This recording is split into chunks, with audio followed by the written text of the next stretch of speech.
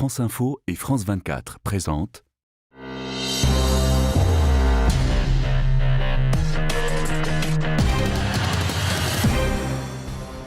Bonjour à tous et bienvenue dans Le Monde dans tous ses états, l'émission géopolitique de France Info et de France 24. Qui s'intéresse à l'Algérie aujourd'hui avec une question. Est-ce qu'on peut parler de printemps algérien? On va en parler avec le grand écrivain algérien Yasmina Khadra. Il faut rappeler que tout a commencé lorsque le président Bouteflika a décidé de se lancer pour un 5e mandat. Absolument. Et cela a provoqué des manifestations monstres, des manifestations pacifiques dans le pays. Ça a commencé le 22 février. Et c'est toute la société algérienne qui est descendue dans la rue, y compris les classes les plus aisées, les avocats ou les médecins, ces fameuses blouses blanches organisées autour de temps forts tous les vendredis notamment, avec des slogans qu'on vous propose d'écouter.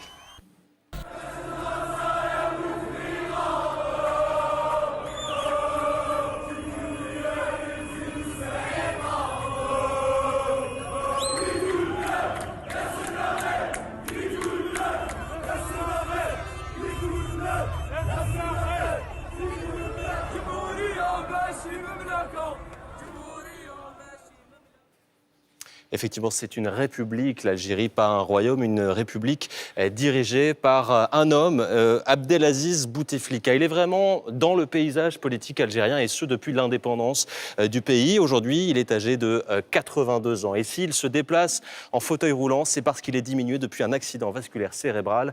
C'était en 2013. Oui, un président malade à la tête d'un très grand pays. Absolument. L'Algérie, regardez, c'est une superficie à peu près équivalente à 4 fois la France. 42 millions d'habitants y cohabitent, mais beaucoup de déserts, 85% couverts par le Sahara. Alors on vit évidemment dans le Sahara. Notre invité du jour est d'ailleurs né dans le Sahara, mais c'est vrai que la plupart des habitants vivent plutôt sur la côte et notamment dans la capitale, Alger, ville qui borde la Méditerranée, ville bouillonnante, ville jeune notamment, puisqu'en Algérie, 53% de la population à moins de 30 ans. Il faut se rendre compte de ce chiffre. Le nombre d'étudiants a d'ailleurs été multiplié par 4 en 20 ans. Il y a en revanche beaucoup de chômage et ce sont les statistiques officielles, difficiles à vérifier.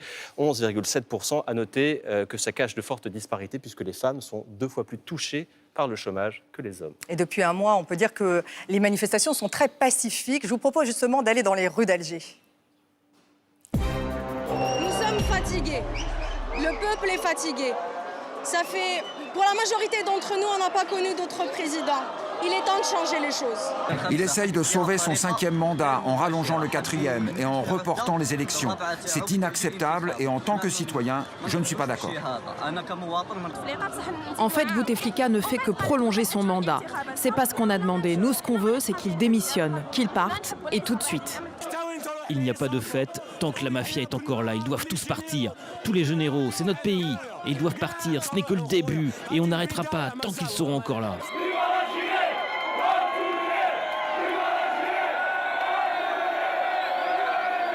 On veut des nouveautés. Voilà, c'est tout ce qu'on veut. Des nouveautés. Des jeunes. Peu importe qui c'est. On veut des nouveautés. On veut personne. Désastre, moi je veux un changement radical. On veut rien d'avant. De l'ancien système. De l'ancien système, on veut rien.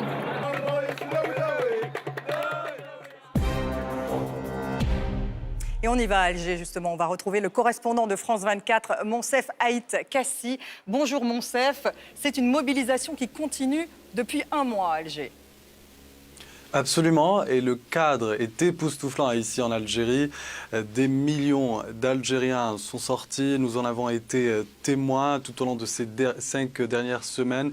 Le tout dans une ambiance finalement bon enfant. Côté catégorie socio-professionnelle, il y avait même des magistrats, des avocats, des médecins, mais surtout des étudiants qui sont, eux, qualifiés justement de piliers de ce mouvement populaire. Les marches ont été marquées par le pacifisme et le sont encore. Elles l'ont été durant durant ces derniers jours et tout au long de ces 5 dernières semaines. Alors, ce qu'il y a de nouveau à retenir, c'est que le message est le même, mais les slogans s'adaptent au rebondissement du gouvernement. Aujourd'hui, les Algériens, le mouvement populaire, souhaitent le départ, impose plutôt le départ définitif du système actuel, le refus également de l'extension de ce 4e mandat prolongé. Et nous avons aussi assisté a de nouveaux slogans qui revendiquent aussi un refus catégorique que ces partis politiques de l'alliance présidentielle rejoignent le mouvement, car ils sont finalement accusés de surfer sur la vague. Merci beaucoup, Monsef. Vous étiez en duplex depuis Alger. Et bonjour, Yasmina Kadra. Bonjour. Bonjour Yasmina Kadra. Oui, vous êtes écrivain algérien, vos romans sont publiés dans une cinquantaine de pays. Vous avez été commandant de l'armée algérienne également. Comment vivez-vous ce qui se passe dans votre pays, Yasmina Kadra? Ça vous réjouit ou ça vous inquiète? Ça me réjouit, et puis je suis un citoyen d'abord. Et je vois que quand même le peuple s'éveille à ses responsabilités. Et tout ce qu'il fait ne sert que les générations de demain. Parce que pour moi, un peuple qui ne pense pas aux générations de demain, c'est un peuple qui est en train de se décomposer, comme un fruit pourri. Et pour une fois, les Algériens sont en train de... Pour la première fois de l'histoire, ils sont en train de prendre le régime par la gorge. Il ne faut pas qu'ils le lâchent. Est-ce qu'on peut parler d'un printemps algérien? Non, je ne supporte pas ce mot. Pourquoi? C'est un mot mensonger.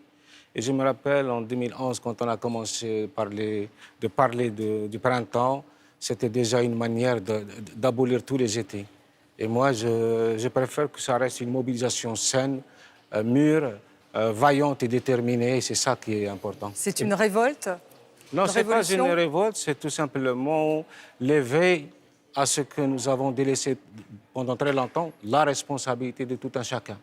Voilà, maintenant, les gens ont compris que la convalescence n'a fait que trop durer. Et le silence du peuple, c'était surtout une manière de tuer les enfants de demain. Et il l'exprime de façon pacifique. C'est ça qui est impressionnant. C'est étonnant et c'est magique. Et je suis très fier de ce peuple, vraiment.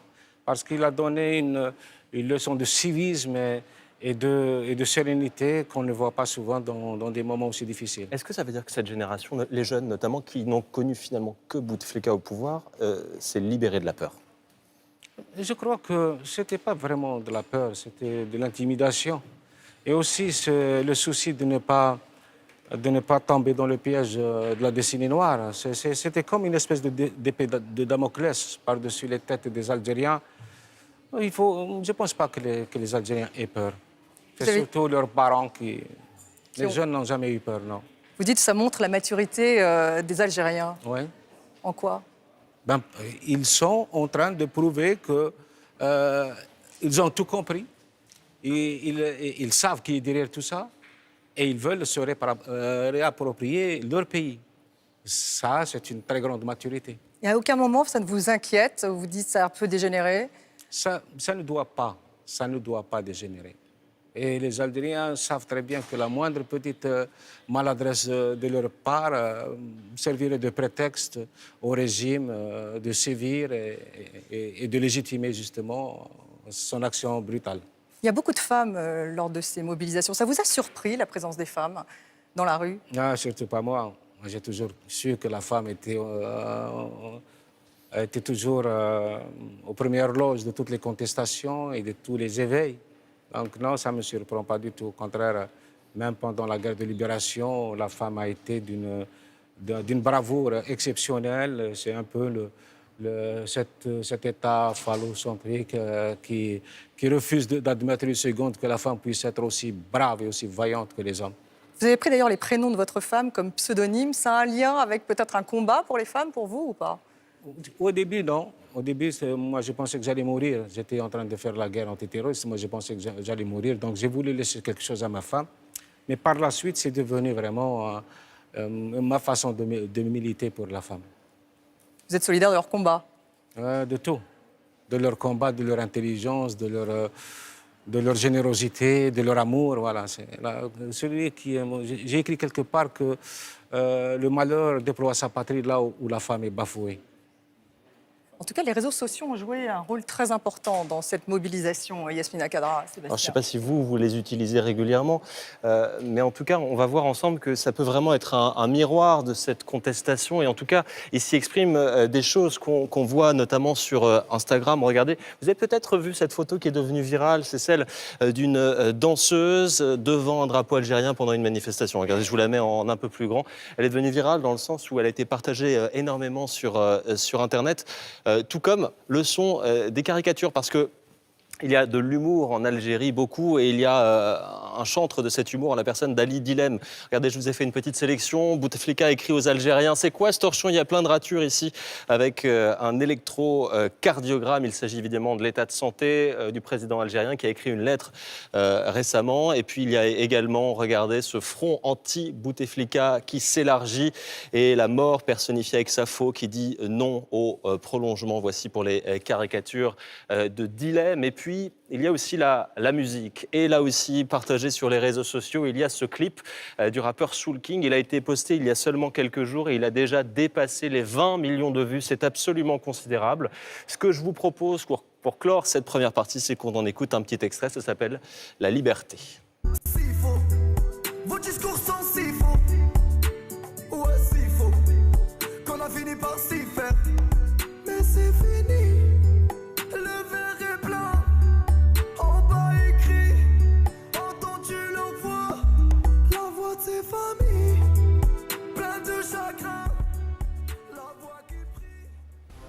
C'est la fin de la première partie du Monde dans tous ses états. Restez avec nous, on se retrouve dans quelques instants.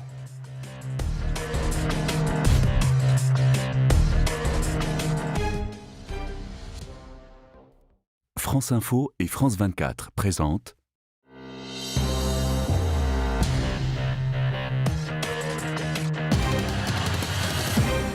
Retour dans le monde, dans tous ces États, et on s'intéresse aujourd'hui à l'Algérie. On est toujours avec l'écrivain Yasmina Kadra. On va parler d'Abdelaziz Bouteflika et de son clan. Qui sont-ils? Alors il y a déjà cet homme, effectivement, le président en place depuis 1999 et toujours au pouvoir. Vous allez voir qu'entre ce portrait officiel de son premier mandat et maintenant, il y a eu quelques différences.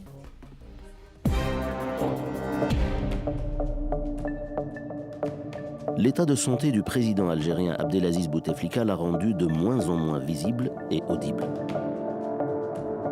Son arrivée au pouvoir en 1999 coïncide avec l'arrêt d'une violence qui a secoué l'Algérie durant toute une décennie. L'Algérie se stabilise et profite d'un marché mondial des hydrocarbures très favorable. Les jeunes bénéficient d'aide à la création d'entreprises. C'est un des faits majeurs du deuxième mandat de Bouteflika. Mais en 2008, il fait modifier la Constitution pour pouvoir briguer un troisième mandat. En 2013, il est victime d'un AVC qui laisse planer de sérieux doutes sur sa capacité à diriger le pays. Il se présente quand même à un quatrième mandat et il remporte le scrutin en 2014. Mais alors, qui dirige vraiment l'Algérie? Très vite, le frère du président et son conseiller Saïd Bouteflika s'imposent sur l'échiquier politique. Et très vite aussi, l'armée subit des changements. Le puissant chef des services de renseignement Mohamed Medien Di Toufik est mis à la retraite. C'est Atman Tartag qui dirige le renseignement en étroite relation avec la présidence. Le général de corps d'armée Ahmed Gaïd Salah est à la tête de l'état-major des armées.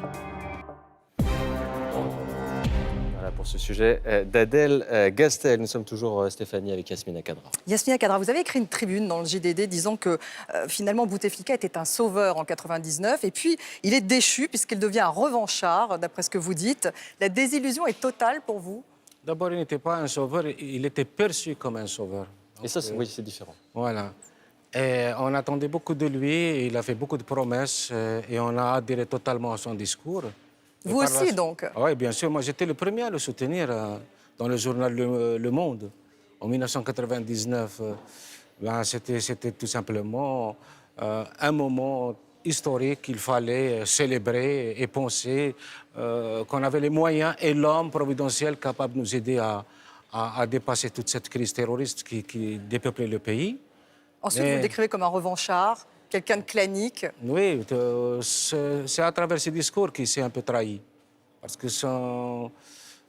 tout ce qu'il disait, il y avait trop de rancœur dans ses propos. Il y avait une espèce d'animosité qui ne voulait pas, inextinguible, et qui refusait justement de s'éteindre. Et à partir de là, moi, je commençais à soupçonner qu'il n'était pas revenu pour sauver le pays, mais pour se venger de tout ce qu'il avait traîné dans la boue pendant sa traversée du désert. Et c'est ce qu'il a fait, parce que vous parlez de voyoucratie aussi. Ben, ça, c'est l'État algérien, il n'y a pas de problème. C'est comme ça que dirigeait ce sont vraiment des délinquants qui ont dirigé l'Algérie pendant 20 ans. En quoi sont-ils des délinquants? D'abord parce que ce sont des gens qui ne pensent qu'à s'enrichir. Ils n'ont aucun scrupule, aucun sens de la morale, aucune éthique et aucune légitimité. Donc c'est pour ça que ce sont des voyous.